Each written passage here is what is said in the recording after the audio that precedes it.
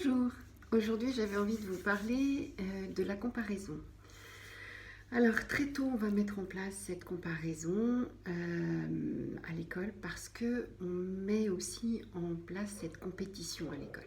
À l'école on va dire bah tiens tu vois l'autre il sait écrire, toi pas encore. Enfin on va pas forcément le dire, mais comme en fait on fait tous la même tâche en même temps, on va tout de suite voir en fait et se comparer.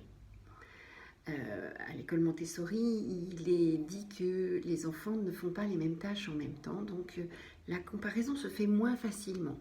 Mais dans l'école dite traditionnelle, les enfants font la même chose en même temps et très vite va se mettre en place une forme de compétition et de comparaison. Et cette comparaison va toujours se comparer à ceux qui arrivent mieux que nous et pas ceux qui, en fait, ont plus de mal. Et ça va créer une forme de dévalorisation qui va générer toujours le fait de ne pas être assez bien, de ne pas y arriver, de ne pas correspondre aux critères que l'on imagine qu'on attend de nous. Et cette comparaison va s'installer petit à petit et pas à pas, et on va continuer en grandissant, puis adulte, à toujours se comparer et à voir ce que les autres ont et que l'on n'a pas, mais difficilement à voir ce que nous on a et que les autres n'ont pas. Et ça, on s'en rend pas compte. On pense que c'est quelque chose de normal.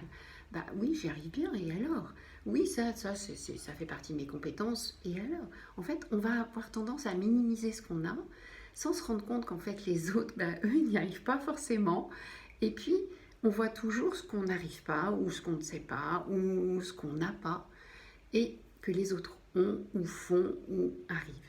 Et ça va créer chez nous toujours en fait cette dévalorisation qui fait qu'on ne va pas se sentir à la hauteur, on ne va pas avoir confiance en soi, on va avoir l'impression qu'on n'est jamais assez bien, que ce qu'on dit n'est pas intéressant, et on va se dévaloriser en permanence et en permanence. C'est fort dommage parce que de toute façon, chaque individu étant unique, forcément, il y a plein de choses que les autres ont qu'on n'a pas. Mais il y a aussi énormément de choses que l'on a et que les autres n'ont pas. Donc, dans nos qualités, apprenons à regarder un petit peu ce que l'on a et de se dire, ah ben oui, j'ai de la chance, moi j'arrive à faire ça, ou moi j'ai ça, ou moi j'ai cette compétence, j'ai ça, j'ai ce que j'appelle moi des rocs d'être, donc des choses sur lesquelles on peut s'appuyer et dont on est conscient et qui font partie en fait de nous et qui nous permettent d'avancer et qui nous permettent cette spécificité. Voilà, bah c'était la petite bulle du matin. Vous pouvez toujours me retrouver sur YouTube, Instagram et Facebook. Bye bye.